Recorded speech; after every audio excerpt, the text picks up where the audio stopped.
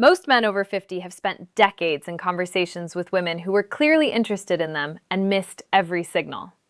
Not because the signals were not there, because nobody ever taught them what to look for. The research on female attraction behavior identifies 8 specific things a woman touches when she likes the man she is with. Behaviors that are largely involuntary, neurologically driven, and appearing in up to 75% of observed flirtatious interactions. These are not subtle hints that require paranormal perception to detect. They are consistent, research-backed, biologically rooted signals that operate in plain sight, in coffee shops, at dinner tables, in professional settings, in every ordinary social interaction where genuine attraction is present. Today, I'm going through all 8, what they are, why they happen, and exactly what they mean, so you never miss them again. Here is exactly what we are covering today, and I want you to stay with me through all of it because the framework builds progressively, and the final section is what makes everything else actually usable. First, the foundation. Why the body communicates attraction before the conscious mind decides to, what the limbic system has to do with it, and why the behaviors we are about to cover are largely involuntary, meaning they are not performances a woman chooses to put on. They are expressions of a nervous system responding to genuine attraction before she has consciously decided to do anything about it. Second, the 8 specific behaviors, each one presented with its research base, its neurological or evolutionary mechanism, and enough specific detail that you can recognize it accurately in a real interaction, rather than wondering afterwards whether you imagined it. Third, the reading framework. 2 principles from the behavioral science literature, the cluster principle and the context principle, that separate accurate signal interpretation from guesswork. Individual signals can be ambiguous. Clusters of signals in specific contexts are not. By the end of this video, you will have both the signal knowledge and the reading framework to use it reliably. Stay with me. This is the map most men were never given. I'm Dr. Janice Powell. I'm a certified men's sex therapist with over a decade of clinical experience, and this channel exists to give men over 50 the honest, research-backed, clinically grounded conversations about attraction, sexuality, and relationships that they deserve and almost never get anywhere else. If this is your first time here, welcome. Please subscribe right now. Every week I cover the topics your doctor does not have time for, your friends will not bring up, and the internet consistently gets wrong. You deserve better than guesswork.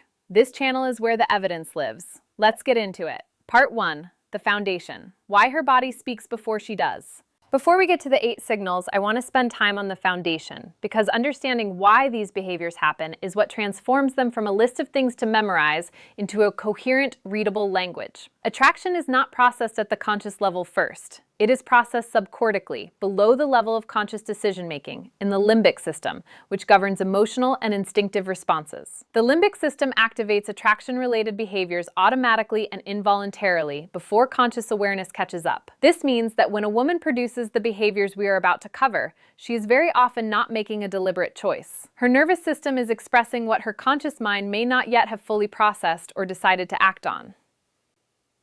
This is critical to understand because it changes how you interpret what you see. You are not looking for performances. You are not trying to decode calculated strategies. You are reading the honest output of a nervous system that is responding to your presence in a specific and identifiable way. That is a fundamentally different and significantly more reliable source of information than anything a person consciously chooses to say or do. Research by Albert Mehrabian established that in emotionally significant communication, nonverbal signals carry disproportionate weight relative to words. In the specific context of attraction signaling, behavioral scientists estimate that up to 90% of initial attraction communication occurs nonverbally. Most men have spent their entire lives focused almost exclusively on the verbal 10%. Today, that changes. The scientific study of touch as communication is called haptics. Haptic research distinguishes between 2 categories of touch behavior that are both relevant to what we are covering today.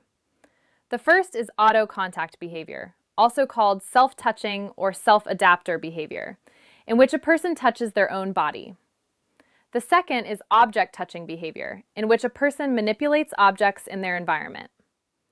Both categories carry significant information about emotional state, arousal level, and social intention when they occur in the presence of someone the toucher finds attractive. Desmond Morris, whose foundational work on human body language remains among the most cited in behavioral science, identified specific auto-contact behaviors as reliable indicators of positive affect, attraction-rooted nervousness, and unconscious self-grooming triggered by the presence of someone the toucher finds compelling. His research, and the decades of work that built on it, forms much of the foundation for what we are covering today. For men over 50 who were never given this information, who spent decades either missing these signals entirely or dismissing them as something they could not trust their own reading of, I want to say something directly. You are not behind. You are about to leapfrog decades of misreading in a single conversation. The signals were always there. The awareness is what was missing. And awareness, unlike youth, is something that only grows. Part 2. Signals 1, 2, and 3. Signal number 1 is hair touching and hair flipping. This is among the most studied and most consistently reliable attraction signals in the entire behavioral science literature. And it is also one of the most commonly dismissed by the men who see it.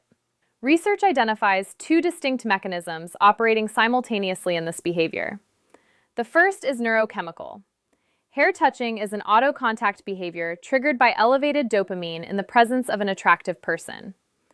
Dopamine, the brain's primary reward and anticipation chemical, surges in response to attractive stimuli, producing a mild nervous arousal that the body manages through self-soothing touch. The hair, with its density of tactile sensation, is one of the primary sites where that self-soothing expresses itself. The second mechanism is evolutionary. Hair flipping or hair adjustment exposes the neck, and neck exposure is a vulnerability display. In evolutionary terms, offering vulnerability to another person communicates trust, comfort, and the absence of a threat response. You do not expose your neck to someone whose presence feels unsafe. You expose it to someone whose company you want to be in. When a woman flips her hair and holds your gaze while doing it, she's doing both simultaneously, managing the pleasurable tension of attraction and communicating openness to the person causing it. Monica Moore at the University of Missouri conducted extensive field research on female courtship signaling, observing thousands of interactions in natural social settings, and documenting the frequency and context of nonverbal attraction behaviors. Hair touching appeared in 75% of all observed flirtatious interactions. That is not occasional. That is a defining characteristic of female attraction signaling. Signal number 2 is neck touching. The neck is one of the most neurologically sensitive and evolutionarily significant areas of the human body, and touching it or drawing attention to it carries specific meaning in the context of attraction. When a woman touches her own neck, particularly the side of the neck or the nape, in a man's presence, she's producing a vulnerability display. She is communicating comfort, emotional openness, and the specific absence of a threat response that accompanies genuine positive regard for another person. The neck is not touched in neutral or uncomfortable social situations. It is touched in the presence of someone whose company feels safe and desirable. Research on the neck as both an erogenous and signaling zone confirms its dual significance. It is one of the areas most densely packed with CT afferents, the slow-touch nerve fibers we have covered on this channel before, making it exquisitely sensitive to attention. When a woman touches her own neck and maintains eye contact with you while doing so, she is drawing your attention to an area associated with intimacy and vulnerability. That is not accidental. Her nervous system is doing it on purpose, even if she is not. Signal number 3 is wrist and inner arm exposure and touching. The inner wrist, with its visible pulse point, its thin, sensitive skin, and its proximity to the surface vasculature, is identified in behavioral science as one of the most significant vulnerability displays available in social interaction. It is one of the softest, most exposed, most neurologically sensitive areas of the body, and turning it outward or touching it in someone's presence communicates openness and positive affect toward that specific person. When a woman gestures in a way that repeatedly exposes the inner wrist to you, turns her palms upward during conversation, or touches her own inner forearm while engaged with you, she is producing one of the oldest and most instinctive openness signals in human nonverbal communication. Research on wrist exposure in social interaction confirms that it does not appear consistently in neutral or uncomfortable interactions. It is specifically triggered by the presence of someone toward whom the displayer feels positive, open, and drawn. Watch for it in gesture patterns. A woman who is not interested will gesture with palms facing down or inward. A woman who is interested will repeatedly unconsciously turn her wrists toward you. Part 3. Signals 4, 5, and 6. Signal number 4 is touching objects near or associated with you. Object touching behaviors are among the most sophisticated and most systematically underread signals in everyday attraction research. When a woman touches a glass near your hand, handles an item you've just put down, touches the stem of a wine glass while holding eye contact with you, or repeatedly brings her hands into contact with objects in your physical space, she is producing what behavioral scientists call a proximity-seeking behavior. The mechanism is elegant. Direct physical contact with another person carries social risk. It is visible. It is unambiguous. It requires a level of social courage that early-stage attraction may not yet have generated. Touching an object in that person's space achieves something similar at lower risk. It reduces the physical distance between two people through the intermediary of an object.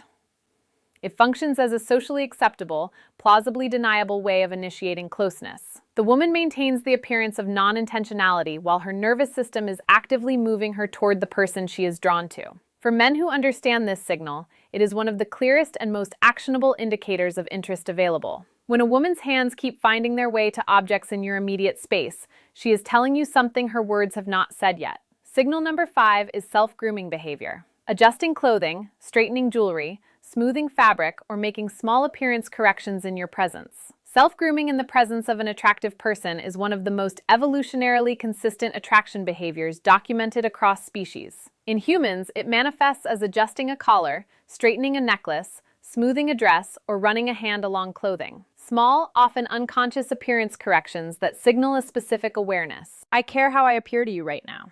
Research by Irenaeus Eibel-Eibesfeld, a foundational figure in human ethology who studied behavioral universals across cultures with no history of shared media, documented self-grooming as a cross-cultural universal in attraction contexts. It appeared consistently across diverse populations with no opportunity for behavioral modeling from shared sources. This confirms its evolutionary rather than learned origin. It is not something women do because they saw in a film. It is something the human nervous system does in the presence of someone it wants to impress. The practical reading note here is timing. Self-grooming triggered by your arrival or by a shift in the interaction that increases emotional intensity carries significantly more signal value than grooming that occurs regardless of who is present. Signal number 6 is lip touching and lip moistening. The lips have one of the highest concentrations of sensory nerve endings in the entire body, higher than the fingertips, and lip-touching behaviors carry specific and well-documented significance in attraction signaling research. Touching or tracing the lips, moistening them, or drawing attention to them through gesture are identified in the behavioral science literature as both arousal indicators and attention-directing behaviors. The woman is unconsciously drawing the man's gaze to one of the most intimate and expressive features of the face, the feature most associated with kissing, with speech, with emotional expression. Here is the specifically important finding. Lip moistening is not entirely deliberate. Research identifies it as a physiological arousal indicator. The mild parasympathetic activation that accompanies genuine attraction increases salivation, which produces the moistening behavior as a direct physiological consequence. It is the body responding to attraction chemistry, not a calculated signal being performed for an audience. When you see it in combination with other signals from this list, you are reading genuine physiological arousal. That is significant information. Part 4. Signal 7 and 8 plus the reading framework. Signal number 7 is mirroring touch. Touching herself where she wants to be touched or where physical contact has occurred. This is one of the more sophisticated signals in the attraction behavior literature, and one of the most reliably meaningful when it appears. When a woman touches an area of her own body, her arm, her collarbone, her leg, her face, in a way that mirrors either where she has been touched or where she finds herself wanting contact, she's producing what behavioral scientists call an anticipatory or echo touch behavior. The mechanism involves significant neurological engagement. To produce a mirroring touch response, the brain must be processing the interaction at a level of depth and focus that neutral or indifferent interactions do not generate. It requires genuine absorption in the other person. A level of engagement where the boundary between self and other begins to blur in the specific way that deep attraction produces. Research on physical mirroring and attraction confirms that self-touch mirroring is a reliable indicator of high positive affect and deep unconscious engagement. It does not appear in casual or disinterested interactions. When you see it, when a woman touches her own arm shortly after your hands have been near hers. When she traces her collarbone while you hold eye contact. When she touches her own leg while her attention is fully on you, you are reading one of the most honest signals her nervous system can produce. Signal number 8 is foot and ankle touching and shoe play. This is perhaps the most under-recognized signal in everyday attraction research, and understanding it gives you access to information most men are completely unaware of. The feet are neurologically mapped in close proximity to the genitals in the brain's somatosensory cortex, the brain's body map, which gives foot and ankle touching subtle but real arousal associations that operate largely below conscious awareness. Shoe play, slipping a shoe partially off and on, dangling it from a toe, rotating the ankle, is identified in behavioral science as a displacement behavior, a physically grounded, self-soothing action that accompanies the pleasurable tension of attraction when it has not yet found a more direct outlet. Research by Alan Pease on body language and social interaction identifies foot direction as one of the most honest indicators of social intention available. Because unlike facial expressions or upper body posture, most people never think to manage the direction of their feet. Feet point toward people we want to move toward and away from people we do not. Foot and ankle touching in your presence, particularly when her feet are oriented toward you, represents a convergence of multiple signals simultaneously. The body map proximity, the displacement behavior of pleasurable tension, and the honest directional intent of feet that have not been told what to do. Now, the reading framework. 2 principles that make everything above actually usable. The first is the cluster principle. No single signal should be read in isolation. One hair touch is ambiguous. One lip moistening could be coincidence. But hair touching combined with neck exposure, wrist display, object touching in your space, and lip moistening appearing in the same interaction with the same person is a cluster, and research by Desmond Morris confirmed that genuine attraction signaling occurs in clusters of 3 or more simultaneous or closely sequential behaviors. Clusters are what distinguish reliable reading from wishful thinking. Train yourself to count signals, not just notice them. The second is the context principle, or the same behavior carries different information in different contexts. Self-grooming that occurs specifically when you arrive or intensifies when your attention shifts toward her carries different weight than grooming that occurs constantly, regardless of who is present. Object touching near you is significant when it happens specifically in your space and not consistently elsewhere in the same setting. The question to ask is not just, is this behavior occurring, but is it occurring specifically because I am here? Context answers that question, and men who attend to context read attraction signals with a level of accuracy that most people never achieve. The maturity advantage. Here's what I want every man over 50 to take from today, and I want you to hear it clearly. The signals we covered today do not care about your age. A woman attracted to a man in his 50s produces the exact same neurological and behavioral responses as a woman attracted to a younger man. The limbic system does not adjust its output based on the recipient's birth year. The hair touching happens, the neck exposure happens, the wrist display happens, the proximity seeking happens. All of it happens to men of every age whenever genuine attraction is present. What has been missing for most men over 50 is not the signals, it is awareness to read them. And here is the specific advantage that age and experience bring to this awareness. An advantage younger men genuinely do not have. Younger men approach social interactions with too much self-focus to reliably read the person in front of them. Their attention is split between what they are saying, how they are coming across, whether they are impressive enough, and what they should do next. That internal noise drowns out the signal. By 50, most of that noise has quieted. The need to perform has softened. The self-consciousness that occupied so much cognitive bandwidth in younger decades has largely resolved. What replaces it, if you allow it to, is genuine presence. The capacity to actually watch, to actually listen, to be sufficiently attentive to the person in front of you that her nervous system's honest output becomes visible, rather than lost in the background of your own internal monologue. That capacity, genuine, unhurried, focused attention, is the prerequisite for reading every single signal we covered today. And it is something that most men over 50 have more of than they realize. The signals were always there. Now you have the map. The only thing left is to show up present enough to read it. Let me give you the complete picture one final time. Attraction is processed subcortically, below conscious awareness, which means the behaviors a woman produces when she is interested in a man are largely involuntary expressions of a nervous system responding to genuine attraction. Up to 90% of initial attraction communication is nonverbal. Most men have spent their lives focused on the verbal 10%. The 8 signals to recognize are hair touching and flipping, the dopamine-triggered auto-contact behavior and neck vulnerability display that appeared in 75% of Monica Moore's observed flirtatious interactions. Neck touching, the vulnerability and emotional openness display. Wrist and inner arm exposure, one of the oldest and most instinctive openness signals in human nonverbal communication. Touching objects in your space, the proximity-seeking behavior that reduces distance through socially acceptable means. Self-grooming, the evolutionarily universal signal that confirms awareness of and desire to impress a specific person. Lip touching and moistening, the physiological arousal indicator and attention-directing behavior. Mirroring touch, the echo touch behavior that requires deep neurological engagement to produce. And foot and ankle touching with shoe play, the displacement behavior of pleasurable tension combined with the honest directional intent of feet that point toward people we want to be closer to. Read clusters, not individual signals. Read contexts, not just behavior, and bring the genuine, unhurried presence that makes all of it visible in the first place. The signals were always there. Now you know what you are looking at. If this video gave you a map you have needed for a long time, please like it. It helps other men who need this conversation find it. Leave your questions in the comments. I read every one of them. And if you are not yet subscribed, do it now. This channel exists to give men over 50 the honest, evidence-based, clinically grounded conversations about attraction and sexual health that they deserve and rarely get anywhere else. I'm Dr. Janice Powell. I'll see you in the next one.